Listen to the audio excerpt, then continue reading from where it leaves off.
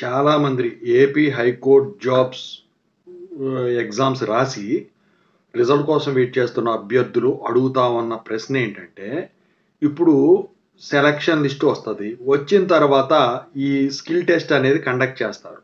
Skill test రకరకాల ఉంటాయి. అంటే ఇప్పుడు డ్రైవర్స్కి అయితే డ్రైవింగ్ సంబంధించింది, టైపిస్టులకి అయితే టైపిస్టులకు సంబంధించింది, స్టెనోగ్రాఫర్కి అయితే స్టెనోగ్రాఫర్కి సంబంధించింది. ఇలా వారి జాబ్ను బట్టి ఈ స్కిల్ టెస్ట్ అనేది మారుతుంది. అయితే ఇప్పుడు ఈ స్కిల్ టెస్ట్లో వచ్చేసరికి పాత ప్యాటర్న్ రిపీట్ చేసేదానికి ఛాన్స్ ఉందా అని చెప్పేసి అడుగుతా ఉన్నారు.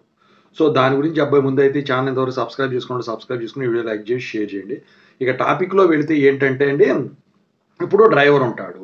సో స్కిల్ టెస్ట్ ఎలా టెస్ట్ చేస్తారు? డ్రైవింగ్ చేసి చూపించమంటారు. ఇప్పుడు ట్రాఫిక్లో వచ్చేసరికి బైక్ రైడింగ్, కార్ డ్రైవింగ్ వచ్చేసరికి నెంబర్లు వేసి చూపించమంటారు. ఆ టైప్లోనే ఇక్కడ ఉంటుంది తప్ప వేరే మార్చడానికి ఉండదు కదా. కారుని ఏమన్నా గాల్లో తేల్చమని చెప్పేసి అడగరు, కింద నుంచి భూమి నుంచి లేపమని చెప్పేసి అడగరు. సో పాత ప్యాటర్న్లోనే ఉంటుంది. ఇక టైపింగ్ స్కిల్స్ అంటారు. టైపింగ్ స్కిల్స్కి వచ్చేసరికి ఎలా ఉంటుంది? మీ టైపింగ్ స్పీడ్ ఎన్ని నిమిషాల్లో చేయగలుగుతారు అని టెస్ట్ చేస్తారు. కాకపోతే అక్కడ పాసేజ్ అనేది ఒకవేళ ఇచ్చినట్టయితే మీకు కొత్తగానే ఇస్తారు నాకు తెలిసి. అది ఏదైనా కానివ్వండి, అదే ఇంగ్లీషు మారదు, ఇంకా వేరే ఏమీ మారవు.